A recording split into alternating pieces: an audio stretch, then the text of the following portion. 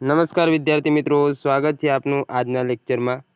તો અમુક કારણોસર વચ્ચે લેક્ચર નથી, આજે સોમવાર છે એટલે ફરીથી રેગ્યુલર શરૂ કરી આપણી સિરીઝ। તો પર્યાવરણનું જે એકાદ પેજ રહી ગયું હતું પરિસ્થિતિકીનું, તે સૌપ્રથમ જોઈ લે અને પછી આગળનું ચેપ્ટર શરૂ કરીશું।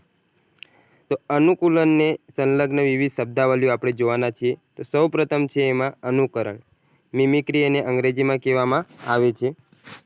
તો વર્ષ 1962માં અનુકરણનો સિદ્ધાંત બેટ્સે આપ્યો। બેટ્સે આ સિદ્ધાંત આપ્યો હતો, જેમાં એક પ્રજાતિ બીજા પ્રજાતિનું અનુકરણ કરતી જોવા મળે છે। અનુકરણ ટૂંકમાં એક પ્રજાતિ હોય તે બીજી પ્રજાતિનું આપણને કરતી જોવા મળે છે। અનુકરણમાં શું હોય તો અનુકરણમાં કોઈ પ્રાણી અન્ય પ્રાણીની સમાન નકલ કરવાની કોશિશ કરે છે, તેને આપણે અનુકરણ એટલે કોઈ એક વ્યક્તિ પ્રાણી બીજી વ્યક્તિ અથવા બીજા પ્રાણીનું જે આબેહૂબ નકલ કરવાનો પ્રયત્ન કરે તેને સામાન્ય ભાષામાં આપણે અનુકરણ કહેતા હોઈએ છીએ। અનુકરણ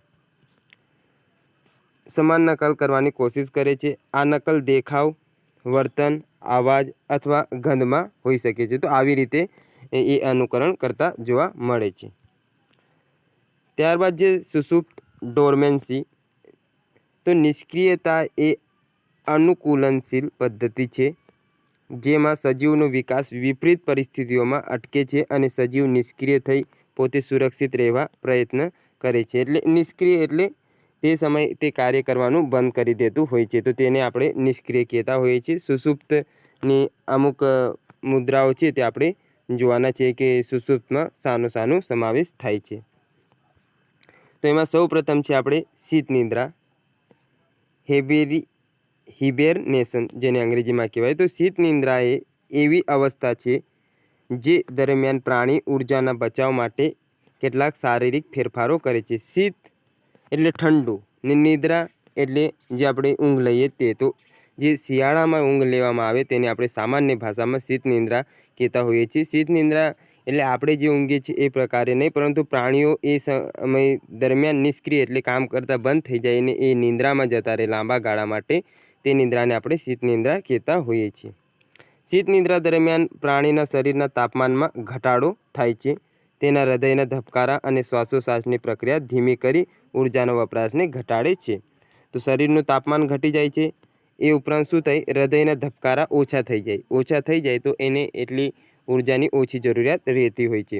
શ્વાસોશ્વાસ એટલે શ્વાસ લેવાની છોડવાની પ્રક્રિયા ધીમી કરી દે, તેથી એની ઊર્જાનો બચાવ થતો આપણને જોવા મળે છે।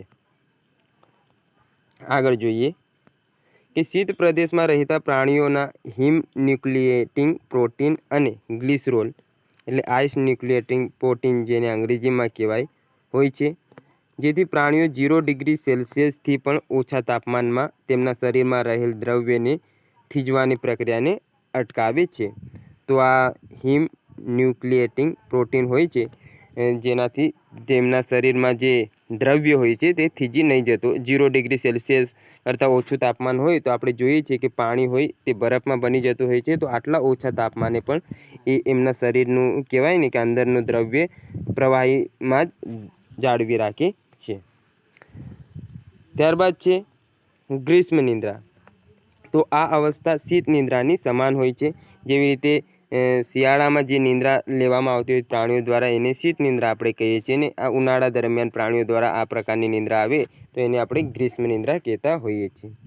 જેમાં ઉષ્ણકટિબંધીય અને રણ પ્રદેશમાં રહેતા પ્રાણીઓ ગરમીની ઋતુમાં પોતાના શરીરનું તાપમાન જાળવવા, ગરમીથી પોતાની સુરક્ષા કરવા, આહાર અને પાણીની અછતના કારણે પોતાની શારીરિક ક્રિયા મંદ કરે છે, જેથી ઊર્જાના વ્યયમાં ઘટાડો થાય છે અને ગ્રીષ્મ નિષ્ક્રિયતા અથવા નિદ્રા કહેવાય છે। સામાન્ય રીતે રણ પ્રદેશમાં જે રહેતા પ્રાણીઓ હોય છે તેમને કેવું રહે, આપણે સામાન્ય રીતે જોઈએ તો એમને પાણીની અછત સર્જાતી આપણને જોવા મળે છે, અને ઉનાળામાં આપણે જોઈએ છીએ તો તાપમાન કેવું રહે છે, એ તાપમાન હોય છે તે વધુ જતું હોય છે। હવે તાપમાન વધી જાય તો બાષ્પોત્સર્જનની પ્રક્રિયા કેવી થાય, એ પણ વધી જતી જોવા મળે છે। તો આ બાષ્પોત્સર્જનથી બચવા માટે તેઓ શું કરે, દરમાં ભરાઈને ત્યાં પછી એ ઊંઘી જતા આપણને જોવા મળે છે, ને આ ઊંઘ જે ઉનાળામાં લેવામાં આવે તેને આપણે ગ્રીષ્મ નિંદ્રા કહેતા હોઈએ છીએ. એના દ્વારા તે પ્રાણીઓ શું કરે છે, તો આપણે અહીંયા જોયું કે તાપમાન જાળવવા,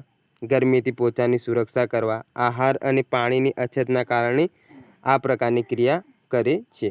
એટલે મંદ કરી દે છે બધી ક્રિયાઓ, જેથી ઉર્જાના વ્યયમાં શું થાય છે, સામાન્ય રીતે ઘટાડો થાય છે. ગ્રીષ્મ નિષ્ક્રિયતા અથવા તેને નિંદ્રા આપણે કહેતા હોઈએ છીએ. ઉદાહરણમાં આપેલ છે પક્ષીઓ તથા સસ્તન પ્રાણીઓ, સરીસૃપ, ઉભયજીવીઓ, આ બધાનો સમાવેશ આમાં આપણને સામાન્ય રીતે થતો જોવા મળે છે.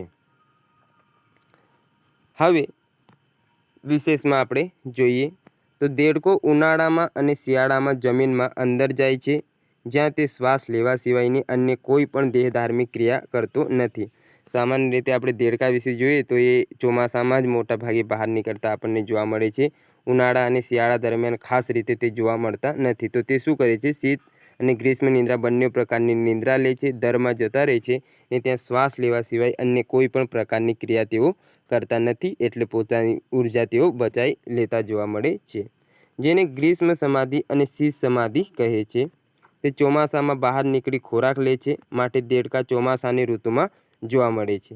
તેના શરીરનું તાપમાન જાળવી જીવન ટકાવી રાખવા માટે તે આ પ્રકારની સુષુપ્ત અવસ્થામાં રહીને શું કરે છે, અનુકૂલન કરતા આપણને જોવા મળે છે. ત્યારબાદ આગળ છે ડાયપોઝ. ત્યારબાદ આગળ જોઈએ તો તેમાં છે ડાયપોઝ. ડાયપોઝ એ શારીરિક નિષ્ક્રિયતા તેમજ શારીરિક વિકાસની પ્રક્રિયાઓ બંધ થાય છે તે સ્થિતિને વર્ણવે છે. તો જે પણ શારીરિક ક્રિયાઓ કરતા હોય, ઉત્સર્જન વગેરે જેવી, શ્વાસોશ્વાસ, તો તે પ્રક્રિયાઓ સામાન્ય રીતે ધીમી અથવા બંધ કરે છે તે સ્થિતિને વર્ણવે છે, જે અનુકૂળ પરિસ્થિતિમાં ફરી શરૂ થાય છે. તેને અનુકૂળ પરિસ્થિતિ આવી જાય પાછી, તો તે દરમિયાન આ પ્રક્રિયા પાછી શરૂ થઈ જતી આપણને જોવા મળે છે. તો આ અવસ્થા ખાસ કરીને જીવજંતુઓમાં આપણને જોવા મળતી હોય છે. ત્યારબાદ આગળ છે છલાવરણ.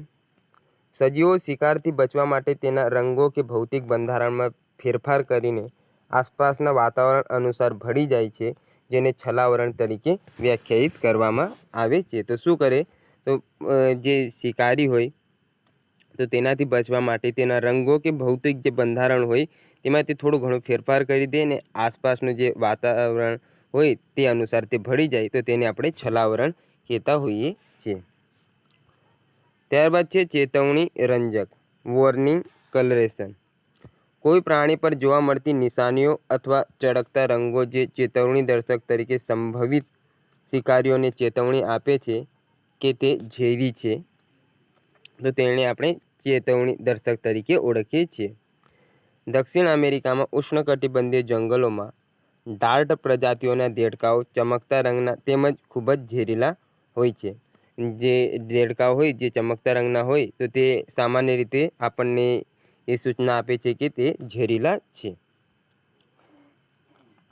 તેના ચમકતા રંગના લીધે શિકારી તેને ઓળખી જાય છે અને આહાર તરીકે ઉપયોગ લેતા નથી. તો સામાન્ય રીતે અહીં આપણને ચેતવણી દર્શક રંગ તરીકે વ્યાખ્યાયિત કરી શકીએ છીએ. આમ ચમકતો રંગ એ શિકારી પ્રજાતિઓ માટે ચેતવણી રૂપે કાર્ય કરતું જોવા મળે છે. ત્યારબાદ છે ઇકોલોકેશન. ચામાચીડિયા દ્વારા ઊંચી આવૃત્તિવાળો અવાજ અલ્ટ્રાસોનિક ઉત્પન્ન કરવામાં આવે છે. આ અવાજ તેના શિકાર સાથે અથડાઈ ચામાચીડિયા સુધી પાછા પહોંચે છે, જેને ઇકોલોકેશન તરીકે ઓળખવામાં આવે છે. હવે આગળનો આપણો ચેપ્ટર છે નિવસન તંત્ર અને તેના કાર્યો. તો આપણો ત્રીજા ક્રમનો લેક્ચર છે નિવસન તંત્ર અને તેના કાર્યો, ઇકોસિસ્ટમ એન્ડ ઇટ્સ ફંક્શન્સ. તો હવે એક વસ્તુ તો બીજી આપને આમાં કહી દઉં કે એનસીઆરટીનું જે પર્યાવરણ છે એ આપણે જે મિત્રોએ ફોરેસ્ટની તૈયારી કરી એના કરતાં ઘણું આમાં ડિફરન્સ તમને જોવા મળશે. હું પહેલાં એવું વિચારતો હતો કે એન્વાયરમેન્ટ એટલે તો ઠીક છે, પણ ઘણું બધું તમને આમાં નવું જાણવા મળશે. એટલે મારા હિસાબે જે મિત્રો એવું વિચારતા હોય કે ફોરેસ્ટનું એન્વાયરમેન્ટ કરી લીધું છે તો તેમણે એક અંગત સલાહ કે એનસીઆરટીનો એન્વાયરમેન્ટના લેક્ચરો અથવા પીડીએફ અથવા તમારી જોડે જો પુસ્તક હોય તો એકવાર અવશ્ય વાંચવી. ઘણું બધું નવા જાણવા મળશે અને ઘણી બધી બાબતોથી તમે પરિચિત થશો. તો જે પ્રમાણે આપણે જોયું આગળ તેમ જીસીઆરટીના કયા કયા ચેપ્ટર, તો ધોરણ 11નો પાઠ 13 જીવાવરણનો આમાં સમાવેશ થાય છે. સામાજિક વિજ્ઞાન ધોરણ 7 પાઠ 12 પોષણ શ્રેણી આહાર કડી આનો સમાવેશ થાય. વિજ્ઞાનનો ધોરણ 10નો પાઠ 17 આપણું પર્યાવરણ 2017-18ની જે પુસ્તક હતી તેનો આમાં સમાવેશ કરેલ છે. તો આપણે જોઈએ, થોડુંક ઝૂમ કરી લઈએ.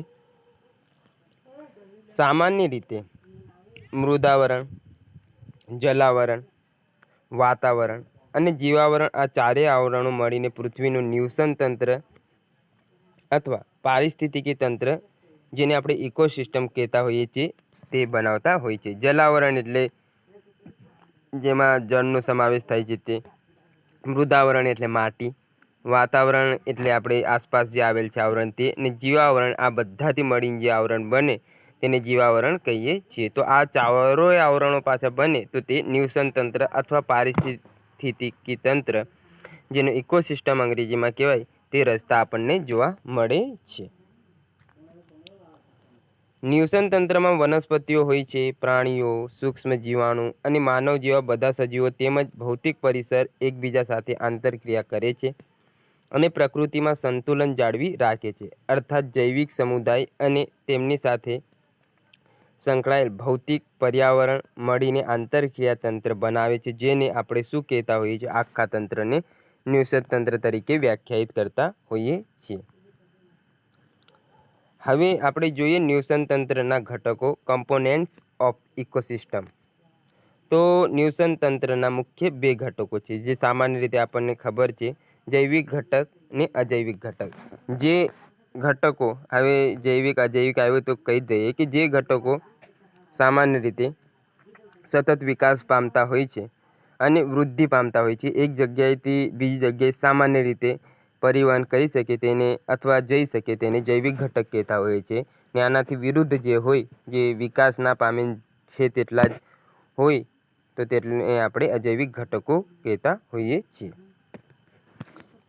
તો હવે જૈવિક ઘટકોમાં એ પાછા 3 ભાગ પડે છે: ઉત્પાદકો, ઉપભોગ્યો અને વિઘટકો. ઉત્પાદકોમાં લીલી વનસ્પતિઓનો સામાન્ય રીતે આપણે સમાવેશ થાય છે, જે સૌથી પ્રાથમિક ઉત્પાદકો જ આપણે કહી શકીએ. તેના પર બધા સજીવો આશ્રિત રહેતા હોય છે. ઉપભોગ્યો એટલે જે પોતાનો ખોરાક જાતે ન બનાવે તેને ઉપભોગ્યો આપણે કહેતા હોઈએ છીએ. ને વિઘટકો એટલે સૂક્ષ્મજીવો કે જે મૃત્યુ પામી જાય આ પ્રાણીઓ અથવા ઉપભોગ્યો, ત્યારે તેનું વિઘટન જે કરતા હોય તેને વિઘટકો કહેતા હોઈએ છીએ. જેમ કે બેક્ટેરિયા, અળસિયું વગેરે છે, તો તેને આપણે વિઘટો કહીએ છીએ. હવે ત્યારબાદ છે અજૈવિક ઘટકોમાં કોનો સમાવેશ થાય, તો સૌપ્રથમ છે ભૌતિક ઘટકો. તેમાં છે તાપમાન, ભેજ, પ્રકાશ અને વાતાવરણ. તો આ ચારનો આમાં સમાવેશ થાય છે. કયા કયા? તાપમાન, ભેજ, પ્રકાશ અને વાતાવરણ. અકાર્બનિક ઘટકોમાં જોઈએ તો ઓક્સિજન, નાઇટ્રોજન અને ફોસ્ફરસ છે, તેનો અકાર્બનિક ઘટકોમાં સમાવેશ થાય. ને કાર્બનિક ઘટકોમાં પ્રોટીન, કાર્બોહાઈડ્રેટ, લિપિડ. તો આનું શામાં સમાવેશ થાય છે? કાર્બનિક ઘટકોમાં. ત્યારબાદ આગળ જોઈએ, આ તરફનું થોડુંક રહી ગયું હતું તે. સજીવો એકબીજા સાથે જૈવિક આંતરક્રિયા અને આસપાસના ભૌતિક પર્યાવરણ સાથે અજૈવિક આંતરક્રિયા કરે છે. આ પારસ્પરિક ક્રિયાના પરિણામે સ્વયં સંચાલિત તંત્રની રચના થાય, તો તે તંત્રને આપણે શું કહેતા હોઈએ છીએ? નિવસન તંત્ર તરીકે ઓળખીએ છીએ. નિવસન તંત્ર એ પ્રકૃતિનો એક ક્રિયાત્મક એકમ છે. ઉદાહરણ તરીકે જંગલો, તળાવ, સમુદ્ર, માછલીઘર વગેરેનો આમાં સમાવેશ થતો આપણને જોવા મળે છે. તેમજ નિવસન તંત્રના કાર્યોમાં ઉર્જા પ્રવાહ, પોષણ તત્વોનું ચક્રણ, જૈવ ભૂરાસાયણિક ચક્ર, જેમાં કાર્બન ચક્ર, ફોસ્ફરસ ચક્ર, નાઇટ્રોજન ચક્ર આપણે જોઈશું, પારિસ્થિતિકી અનુક્રમણ અને પ્રતિસાદ નિયંત્રણ પ્રણાલીનો સમાવેશ થતો આપણને જોવા મળે છે. હવે મહત્વનો પ્રશ્ન અહીંયા બને છે કે નિવસન તંત્ર શબ્દનો સૌપ્રથમ ઉપયોગ કોણે કર્યો અથવા ઉલ્લેખ કોણે કર્યો? તો વર્ષ 1935માં એજી ટેન્સલેએ આ શબ્દનો પ્રયોગ કર્યો હતો. વર્ષ કયો છે? 1935 અને વૈજ્ઞાનિકનું નામ આપણે એજી ટેન્સલે છે. તો આ હતી પ્રાથમિક માહિતી નિવસન તંત્ર વિશે. હવે એમાં જે આપણે જૈવિક અને અજૈવિક ઘટકો જોયા હતા તો તેમની વિગતવાર અભ્યાસમાં લઈએ. જૈવિક ઘટકો એટલે બાયોટિક કમ્પોનન્ટ, જેને અંગ્રેજીમાં કહેવાતું હોય છે. જૈવિક ઘટકોમાં મુખ્યત્વે વનસ્પતિ, પ્રાણીઓ અને સૂક્ષ્મ જીવાણુઓનો સમાવેશ થાય છે. જે આપણે જોઈ ગયા, વનસ્પતિ એટલે ઉત્પાદકો, પ્રાણીઓ એટલે ઉપભોગીઓ અને સૂક્ષ્મ જીવાણુઓનું વિઘટકોમાં સમાવેશ સામાન્ય રીતે થતું હોય છે. સૌપ્રથમ એમાં છે ઉત્પાદકો, સ્વાવલંબી અથવા સ્વયં પોષક. તો ઉત્પાદકો એ સામાન્ય રીતે લીલી વનસ્પતિ છે જે સૌર ઉર્જાનો સીધો ઉપયોગ કરીને કાર્બન ડાયોક્સાઇડ અને પાણી જેવા અકાર્બનિક પદાર્થોને ગ્લુકોઝ અથવા કાર્બોદિતમાં રૂપાંતર કરે છે. તો શું કરે? લીલી વનસ્પતિ હોય તે સૂર્ય ઉર્જાનો ઉપયોગ કરીને આપણે જોઈએ તો હરિતકર્મમાં ખોરાક બનાવીને પોતાનું જીવન નિર્વાહ કરતી હોય છે. હવે અહીંયાથી એક બીજો પ્રશ્ન છે એ બની શકે છે કે જે વનસ્પતિઓ હોય છે તે દિવસ દરમિયાન તો આપણને ઓક્સિજન વાયુ આપે છે ને CO2 વાયુ એ ગ્રહણ કરે છે, પરંતુ પ્રશ્ન એવો બને કે વનસ્પતિઓ રાત્રિ દરમિયાન કયું વાયુ ગ્રહણ કરે? તો સામાન્ય રીતે વનસ્પતિઓ રાત્રિ દરમિયાન ઓક્સિજન વાયુ જ ગ્રહણ કરતી હોય છે અને કાર્બન ડાયોક્સાઇડ વાયુનો નિકાસ કરતી હોય છે. તો પ્રશ્ન બની શકે કે પ્રકાશ સંશ્લેષણ દરમિયાન વનસ્પતિ કયો વાયુ ગ્રહણ કરે? તો કાર્બન ડાયોક્સાઇડ. પરંતુ રાત્રિ દરમિયાન વનસ્પતિ કયો વાયુ ગ્રહણ કરે છે? તો આપણે ઓક્સિજન વાયુ જ ગ્રહણ કરતી હોય છે અને કાર્બન ડાયોક્સાઇડનો નિકાલ કરે છે. ત્યારબાદ જોઈએ તો સ્થલજ નિવસન તંત્રમાં શાકીય અને કાષ્ઠીય વનસ્પતિઓ તેમજ જલીય નિવસન તંત્રમાં વનસ્પતિ પ્લવકો, જેને આપણે ફાઇટોપ્લાન્ક્ટન કહેતા હોઈએ છીએ, લીલ અને જલીય વનસ્પતિઓ મુખ્ય ઉત્પાદકો છે. હવે જોઈએ થોડુંક પ્રકાશ સંશ્લેષણ વિશે. તો પ્રકાશ સંશ્લેષણની પ્રક્રિયા દ્વારા લીલા છોડ અને વનસ્પતિ પોતાના માટે જાતે ખોરાક તૈયાર કરે છે. તેથી તેને સ્વયંપોષી તરીકે ઓળખવામાં આવે છે. સ્વયંપોષી કોને કહેવાય? કે જે પોતાનો ખોરાક પોતાની જાતે બનાવે તેને સ્વયંપોષી આપણે કહેતા હોઈએ છીએ. એમાં લીલી વનસ્પતિઓ તમામ આવી જતી હોય છે. ત્યારબાદ આપણે અલગ અલગ પ્રકારે જોઈશું. સહભોજિતા, સહજીવન, કેવી રીતે ફૂગ હોય છે અને લીલ સાથે રહીને એને જીવન ગાળે છે, એ બધી બાબતોની આપણે આગળ પ્રકરણમાં ચર્ચા કરવાના છીએ. તો જોઈએ કે પર્ણો એ વનસ્પતિમાં ખોરાક બનાવવાનું તંત્ર છે. જમીનમાં રહેલ પાણી અને ખનિજ તત્વોનું મૂળ દ્વારા શોષણ થાય છે. તો સામાન્ય રીતે આપણને ખબર છે કે આ એક વનસ્પતિ મેં દોરી, તો આમાં 3 ભાગ મુખ્યત્વે હોય છે: મૂળ, પ્રકાંડ ને ત્રીજું હોય છે આ પર્ણ. તો પર્ણ દ્વારા જે વનસ્પતિ હોય છે તે પોતાનો ખોરાક બનાવતી હોય છે અને આ મૂળ દ્વારા શું કરે છે? ખનિજ તત્વો અને પાણીનું નીચેથી ગ્રહણ કરતી હોય છે. તો આ સામાન્ય રીતે વનસ્પતિમાં આ પ્રકારની રચના આપણને જોવા મળે છે. પર્ણોમાં ક્લોરોફિલ નામનું લીલું રંજક દ્રવ્ય આવેલ હોય છે, જેને હરિત દ્રવ્ય પણ કહેવામાં આવતું હોય છે. તો આપણે જોયું કે વનસ્પતિમાં ક્લોરોફિલ નામનું લીલું રંજક દ્રવ્ય આવેલ હોય છે, જેને આપણે અન્ય કયા નામે હરિત દ્રવ્ય તરીકે પણ ઓળખવામાં આવે છે. તે પર્ણને સૂર્ય ઉર્જાનું શોષણ કરવામાં મદદરૂપ થાય છે. આ ઉર્જા કાર્બન ડાયોક્સાઇડ અને પાણીમાંથી ખોરાક બનાવવામાં વપરાતી આપણને જોવા મળે છે. આમ સૂર્યપ્રકાશની હાજરીમાં ખોરાકનું સંશ્લેષણ થતું હોવાથી તેને પ્રકાશ સંશ્લેષણ કહેવામાં આવે છે. પ્રકાશની હાજરીમાં ખોરાકનું સંશ્લેષણ થાય તો તેને આપણે શું કહેતા હોઈએ છીએ? પ્રકાશ સંશ્લેષણ. ત્યારબાદ હરિતદ્રવ્ય, સૂર્યપ્રકાશ, કાર્બન ડાયોક્સાઇડ અને પાણી એ પ્રકાશ સંશ્લેષણની ક્રિયા માટે આવશ્યક ઘટકો છે. તો પ્રશ્ન બની શકે તે પ્રકાશ સંશ્લેષણ દરમિયાન કોનો સમાવેશ થતો નથી અથવા કોનો કહેવાય કે આવશ્યક ઘટકોમાં સમાવેશ થતો નથી. તો આમાં યાદ રાખી લેવા કોનો સમાવેશ થાય છે. હરિતદ્રવ્ય, સૂર્યપ્રકાશ, કાર્બન ડાયોક્સાઇડ અને પાણી એ મુખ્ય ઘટકો છે.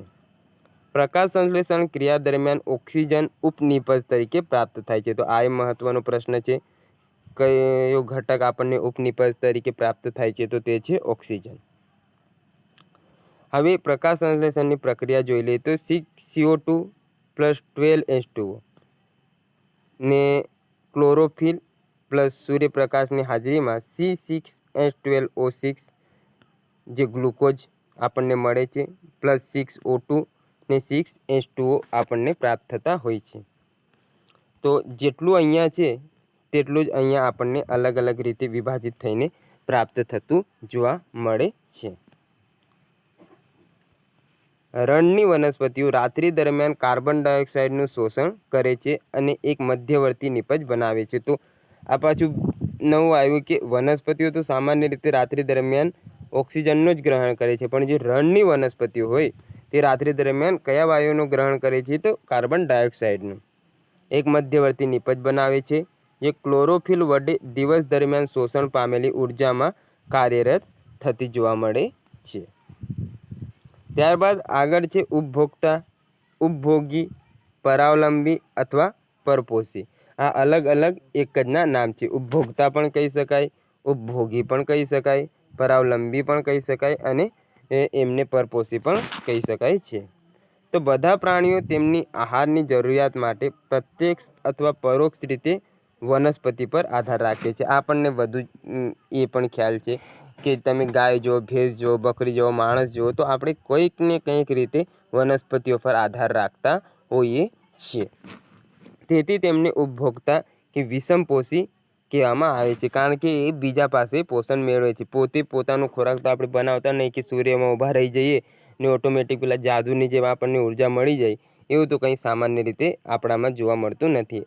કોઈકમાં હોય તો એ અલગ વાત છે, પરંતુ સામાન્ય માણસમાં આવી કોઈ રચના જોવા મળતી નથી. એને અન્ય પર જ આશ્રિત રહેવું પડતું હોય છે. તો તેને આપણે શું કહીએ છીએ?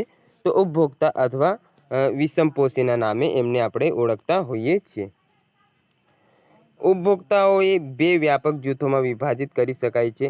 એક છે ઉપસર્ગ ઉપભોક્તા, મેક્રો કન્ઝ્યુમર્સ. ઉપસર્ગ એટલે મોટા ઉપભોક્તા અને સૂક્ષ્મ ઉપભોક્તા જેને માઇક્રો કન્ઝ્યુમર્સ એટલે કે નાના ઉપભોક્તા તરીકે ઓળખવામાં આવે છે. તો સૌ પ્રથમ એમાં છે ઉપસર્ગ ઉપભોક્તા, મેક્રો કન્ઝ્યુમર્સ. તો એમાં પ્રાથમિક ઉપભોક્તા જોઈએ તો એમાં સામાન્ય રીતે શાકાહારી અથવા તૃણાહારીઓનો સમાવેશ થતો હોય છે. પ્રાથમિક ઉપભોક્તાઓ છે તેમાં કોનો સમાવેશ થાય? શાકાહારી એટલે જે શાકનો આહાર કરતા હોય, અથવા તૃણાહારી કે જે ઘાસનો આહાર તરીકે ઉપયોગ કરતા હોય છે તેનો સમાવેશ થાય છે. શાકાહારી અથવા તૃણાહારી એક જ નામ છે. એમને હર્બીવોરસ તરીકે પણ ઓળખવામાં આવે છે. તો જે પ્રાણીઓ આહાર માટે ઉત્પાદકો કે વનસ્પતિ પર નિર્ભર હોય તેમને પ્રાથમિક ઉપભોક્તા કહેવાય છે. ઉદાહરણ તરીકે કીટકો છે, એમાં તીડનો તમે સમાવેશ કરી શકો. પક્ષીઓ છે તે અમુક કુમળા ઘાસનો ઉપયોગ કરે છે. ગાય અને સસલું, તો આ બધા શું છે? પ્રાથમિક ઉપભોક્તાઓ. તે સામાન્ય રીતે કહું છું. હવે પછી તમે ગીધનો સમાવેશ ના કરી શકો, તે માંસે ખાય છે. તો સામાન્ય રીતે આ કીટકો આ બધા હોય તે પ્રાથમિક ઉપભોક્તા કહેવાય, કારણ કે ઘાસ પર આશ્રિત રહેતા હોય છે. ત્યારબાદ છે દ્વિતીય અથવા ગૌણ ઉપભોક્તા. તો પ્રાથમિક માંસાહારી કાર્નિવોરસ. આમને પ્રાથમિક માંસાહારી કહેવાય, કારણ કે અહીંયાથી હવે થોડુંક માંસ ખાવાનું એમનું શરીર થઈ જતું હોય છે. તો જે પ્રાણીઓ પ્રાથમિક ઉપભોક્તાઓનો ખોરાક તરીકે ઉપયોગ કરે તેને દ્વિતીય ઉપભોક્તા એટલે સેકન્ડરી કન્ઝ્યુમર્સ કહેવામાં આવે છે. ઉદાહરણ તરીકે વરું તો હું તમને સમજાવું. ધારો કે પક્ષી, સસલું, ઘેટો, બકરો વગેરે આપણે પ્રાથમિક ઉપભોક્તા લઈએ, તો આમને આપણે દ્વિતીય ઉપભોક્તા લઈએ, કારણ કે આપણને ખબર છે કે વરુ અમુક વાર બકરીનો શિકાર કરી લે છે, પરંતુ પ્રાથમિક કક્ષાએ, આ ઉચ્ચ કક્ષાના માંસાહારી નથી. તો તેને આપણે દ્વિતીય ઉપભોક્તા અથવા પ્રાથમિક માંસાહારી તરીકે વર્ણવિત કરીએ છીએ, જેમને સેકન્ડરી કન્ઝ્યુમર્સ કહેવાય. ત્યારબાદ છે તૃતીય ઉપભોક્તા. ને માંસાહારીનો ક્રમ કયો છે? દ્વિતીયક માંસાહારી. આશાથી તમને ખ્યાલ આવતો હશે. આ દ્વિતીય કક્ષાના છે. તો એમને અંગ્રેજીમાં શું કહેવાય? કાર્નિવોરસ. તો તેઓ દ્વિતીય ઉપભોક્તાઓનો ખોરાક તરીકે ઉપયોગ કરે છે. ઉદાહરણ તરીકે સિંહ, વાઘ, ચિત્તો. તો આ થોડાક મોટા હવે થઈ ગયા છે. અહીંયા વરુણ હોય આ લોકો શિકાર કરી લેતા હોય છે, અથવા કોઈ અન્ય માંસાહારી પ્રાણી હોય તો તેનું પણ આ સિંહ, વાઘ ને ચિત્તો હોય છે તે શિકાર કરી લેતા આપણને જોવા મળે છે. ત્યારબાદ આગળ જોઈએ, ચતુર્થક ઉપભોક્તા સર્વભક્ષી અથવા મિશ્રાહારી. આ બધાનું માંસે ખાઈ જાય, ઘાસે ખાઈ જાય એવાનો આમાં સમાવેશ થાય છે. તો ઓમ્નિવોરસ કહેવામાં આવે છે. તેઓ વનસ્પતિ અને પ્રાણીઓ બંનેનો ખોરાક તરીકે ઉપયોગ કરતા જોવા મળે છે. ઉદાહરણ તરીકે માણસ છે, વંદા છે, કાગડો છે વગેરેનો આમાં સમાવેશ થાય છે. માણસે તમે જુઓ તો ઘણા મોસ્ટ ઓફ તો બધા જ મિશ્રાહારી રહેતા હોય છે. એમાં વંદોય છે, કાગડોય છે, માસે ખાઈ લે કાગડો, એ ઉપરાંત રોટલી ને વગેરે તમે આપો તો તે પણ કાગડાઓ ખાઈ લેતા હોય છે. ત્યારબાદ છે સૂક્ષ્મ ઉપભોક્તા માઇક્રો કન્ઝ્યુમર્સ. તો જીવાણુ છે, બેક્ટેરિયા અને ફૂગ જેવા સૂક્ષ્મ જીવો વિઘટકો છે, કારણ કે તેઓ જટિલ કાર્બનિક પદાર્થોને કાર્બન ડાયોક્સાઇડ, પાણી અને પોષક ત્યારબાદ જોઈએ પોષક દ્રવ્યો જેવા સરળ અકાર્બનિક પદાર્થોમાં વિઘટન કરે છે. જટિલ કાર્બનિક પદાર્થ હોય તો તેને સરળ કાર્બનિક પદાર્થ અકાર્બનિક પદાર્થમાં કહેવાય ને કે વિઘટન કરે છે. કેવી રીતે કે ધારો કે હવે કંઈ અહીંયા જોઈએ તો કોઈ પશુ મૃત્યુ પામી ગયું છે. હવે આ પશુ મૃત્યુ પામી ગયું તો એ બેક્ટેરિયા જાય છે, અળસિયા જાય છે, અથવા કોઈ કહેવાય કે નાના સૂક્ષ્મજીવો જાય છે, એને ખાઈને પછી એનું વિઘટન કરી દેતા હોય છે. એને વિઘટન કરીને એને જમીનમાં સામાન્ય રીતે ભેળવી દેતા જોવા મળે છે. તો આ જટિલ જે કાર્બનિક પદાર્થ હતું એનું અકાર્બનિક પદાર્થમાં વિઘટન કરી દેતું આપણને થયેલ જોવા મળે છે. જે ભૂમિમાં ભળી જાય છે અને વનસ્પતિઓ દ્વારા પુનઃ ઉપયોગમાં લેવામાં આવે છે. આ જમીનમાં ભળી જાય એટલે વનસ્પતિ ત્યારબાદ તેનો ખોરાક તરીકે નહીં પરંતુ પોષક દ્રવ્યો તરીકે ઉપયોગ કરતી હોય છે જમીનમાંથી. વિઘટનની પ્રક્રિયામાં વનસ્પતિના મૃત અવશેષો જેવા કે છાલ, પુષ્પ, પર્ણ તથા પ્રાણીના મૃત અવશેષો, મળ સહિતના દ્રવ્યો, મૃત અવશેષીય ઘટકો, કાચા પદાર્થો વગેરેનો સમાવેશ આમાં થાય છે. તો આપણે વિઘટનની પ્રક્રિયામાં કોનો ઉપયોગ કરે છે તો છાલ હોય, પુષ્પ હોય, પ્રાણીના મૃત અવશેષો હોય, મળ સહિતના દ્રવ્યો, મૃત અવશેષીય ઘટકો, કાચા પદાર્થો વગેરેનો સામાન્ય રીતે આ વિઘટકો ઉપયોગ કરતા હોય છે. વિઘટકો વનસ્પતિ અને પ્રાણીઓના વિઘટિત મૃત શરીર દ્વારા પોતાની પોષક જરૂરિયાત પૂરી કરે છે. તેઓ જટિલ કાર્બનિક પદાર્થોને સરળ કાર્બનિક અથવા અકાર્બનિક પદાર્થમાં ફેરવે છે, ત્યારબાદ અકાર્બનિક ઘટકોમાં તેનું રૂપાંતર કરે છે. જટિલ હોય તેનું સરળ કાર્બનિક ને સરળ કાર્બનિકનું અકાર્બનિક ઘટકોમાં અંતે રૂપાંતર કરતા જોવા મળે છે. વિઘટનની પ્રક્રિયા જોઈએ તો પ્રોસેસ ઓફ ડિકમ્પોઝિશન જોઈએ. કેવી રીતે આ વિઘટન સામાન્ય રીતે આપણને થતું જોવા મળે તે જોઈએ. તો વિઘટનની પ્રક્રિયામાં અવખંડન, ધોવાણ, અપચય, સેન્દ્રિયકરણ અને ખનિજીકરણ જેવા મહત્વપૂર્ણ ચરણોનો સમાવેશ થાય છે. તો કયા કયા તે યાદ રાખી લેવા. અવખંડન થાય, ત્યારબાદ ધોવાણ, અપચય, સેન્દ્રિયકરણ અને અંતે ખનિજીકરણ જેવા મહત્વપૂર્ણ ચરણોનો સમાવેશ થાય છે. સૌપ્રથમ છે અવખંડન, ફ્રેગમેન્ટેશન જેને અંગ્રેજીમાં કહેવાય. તો મૃત અવશેષોને નાના નાના કણોમાં ખંડિત કરવાની પ્રક્રિયાને અવખંડન કહેવાય. ખંડન કરવાની પ્રક્રિયાને આપણે શું કહેતા હોઈએ છીએ? અવખંડન. જે મોટા મૃત અવશેષો હોય તેમને નાના નાના કણોમાં અહીંયા અવખંડન થઈ જતું જોવા મળે છે, એટલે વિભાજન થઈ જતું જોવા મળે છે. ધોવાણ, લીચિંગ ત્યારબાદ છે. તો ધોવાણની પ્રક્રિયા દ્વારા જલ દ્રાવ્ય અકાર્બનિક પોષક તત્વો ભૂમિ સ્તરમાં પ્રવેશે છે. ધોવાઈને જાય ને ત્યારબાદ જે અકાર્બનિક પદાર્થો હવે તો અકાર્બનિકમાં ફેરવાઈ ગયા, જલ દ્રાવ્ય હોય તે પાણીમાં ભેળવીને ભૂમિના સ્તર હોય તેમાં પ્રવેશે છે અને અનુપલબ્ધ ક્ષારો તરીકે અવક્ષેપિત થાય છે. જે ક્ષારો મેળવી નહીં શકતી જમીન તો તેના તરીકે આમનો ઉપયોગ થતું જોવા મળે છે. ત્યારબાદ છે અપચય, કેટાબોલિઝમ અંગ્રેજીમાં કહેવાય.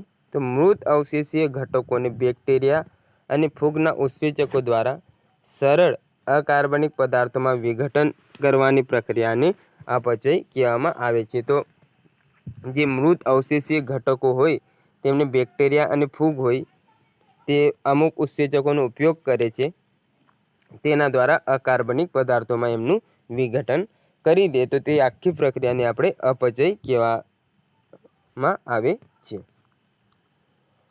ત્યારબાદ છે સેન્દ્રિયકરણ અને ખનિજીકરણ, હ્યુમિફિકેશન એન્ડ મિનરલાઇઝેશન.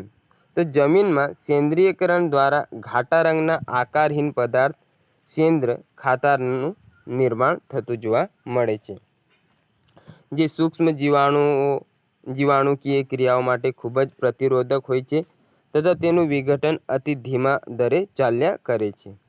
કલીલ કોલોઇડલ જેને કહીએ છીએ પ્રકૃતિ હોવાના કારણે તે પોષકોના સંચય સ્થાન રિઝર્વોઇર તરીકે કાર્ય કરે છે.